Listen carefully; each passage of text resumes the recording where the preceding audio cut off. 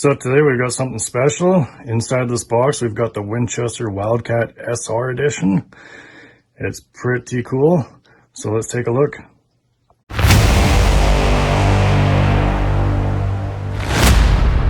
Alright, I hope you're as excited as I am. Let's open it up here. It'll be tough to do with one arm, but I think we'll manage. First thing we got here is some cardboard and styrofoam. We'll move that out of the way. And as you can see, we've got the tool itself. Looks like we've got a lock. Yep, trigger lock. And we've got the instruction manuals here. Owner manual. So let's get it out and take a look here, and we'll get rid of the box. So let's see if I can grab it here.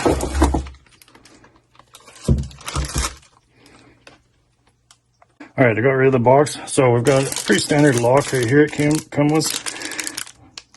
It doesn't say Winchester on it from the looks of it.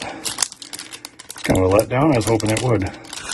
But we got the instruction manual, all the safe usage of it, everything, and then we've got our regular stuff that most of these things come with.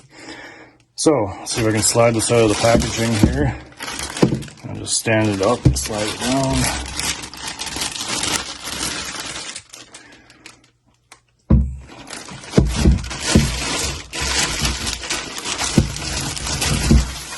Alright, there we go.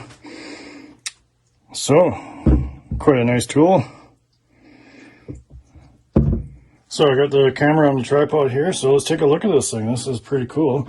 So, Winchester WildCat SR Edition.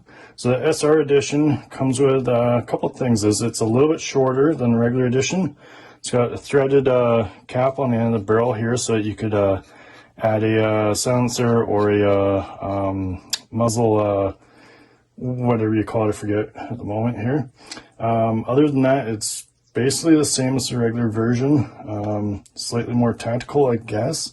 Maybe not even.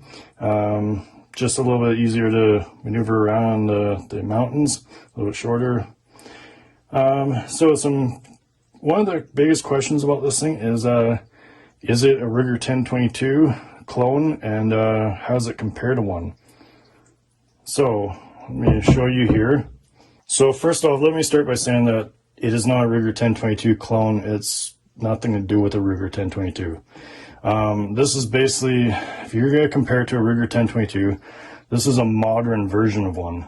It's way lighter. It's quite a bit cheaper to buy, and it's all basically it's all modern. Now you could make a Ruger 1022 just as modern as this and lightweight and all that other stuff, but you'd pay a decent price for it, whereas this comes this way and it's already cheap.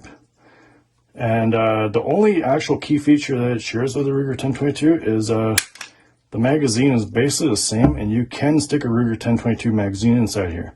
But I do not believe this magazine will go into a Ruger 1022. I believe it's slightly different, and it's only meant for this. You have to look that up to verify for sure, but I'm pretty sure that's how it is. It won't work. So let's go over some of the key features of this thing.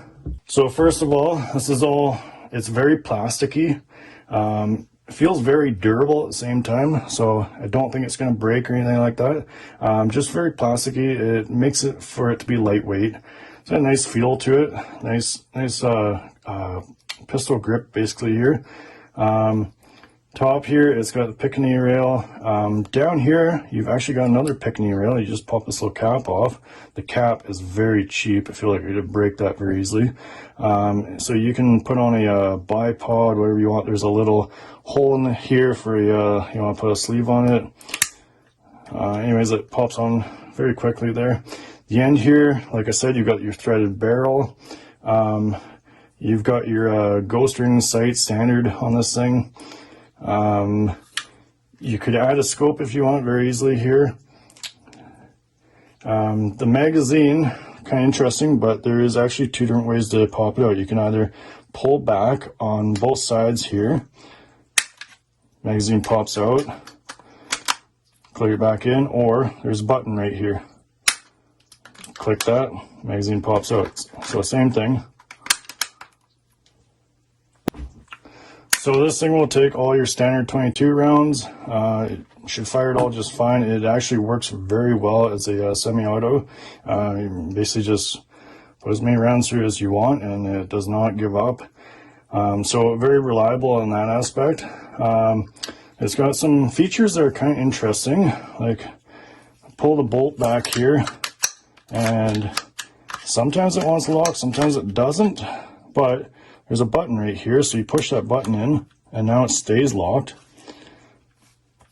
So now and then as soon as you pull it back, it lets it go.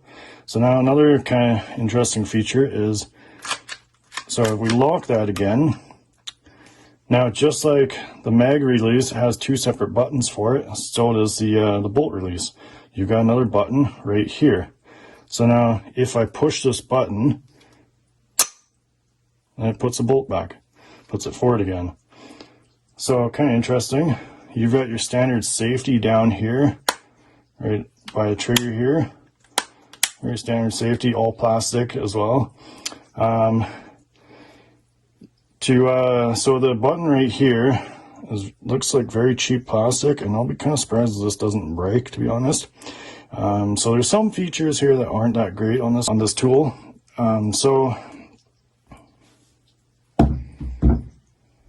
So now if we cycle it here, it's empty, safe. The trigger pull, it's actually got a fairly nice trigger pull. It's got a few pounds to it, feels like.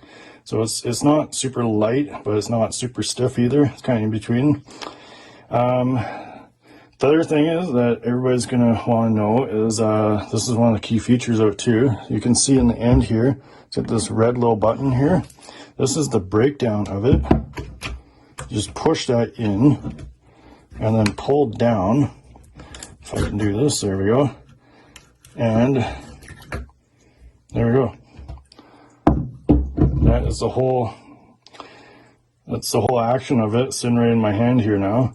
And right here we've just got the barrel still sitting there, and there's some Allen keys to take the rest of it apart. Now speaking of Allen keys, if you want to take the rest of it apart, the tools are actually right here. Both the Allen key tools. Now this one, this little tiny one, is for this sight on top of here. And I would recommend that you do not take that sight off. If you do, you're gonna need to tighten it with this. And you're probably gonna break this thing, but I'd rather break it instead of have that fall off, because this little Allen key is probably worth like 2 cents. So I would just break it, but it's very tiny. I don't know why they went with a screw that small for that small Allen key. It just seems a little ridiculous. But the rest of it uses a nice little size Allen key. So let's slide this back in here. I'll show you now. It's fairly simple if you line it up. So it just kind of clicks in there in the front. There we go. And snap. And it's right back in there. Quick, easy, simple. Put the magazine back in. It snaps in there. Very quick and simple. So this is quite a nice tool to use, and especially for somebody just starting out, it's very simple. You can fix it in the bush. It's got the tools needed inside of it.